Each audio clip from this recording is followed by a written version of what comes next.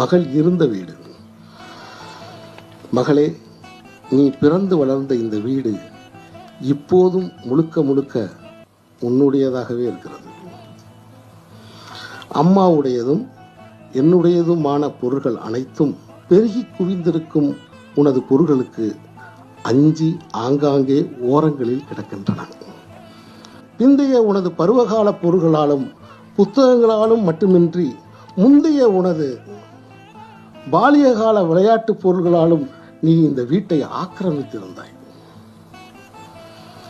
உனது அத்தனை தோழிகளும் உன் வீடென்றே இதை ஊராருக்கு அடையாளப்படுத்தியுள்ளனர்.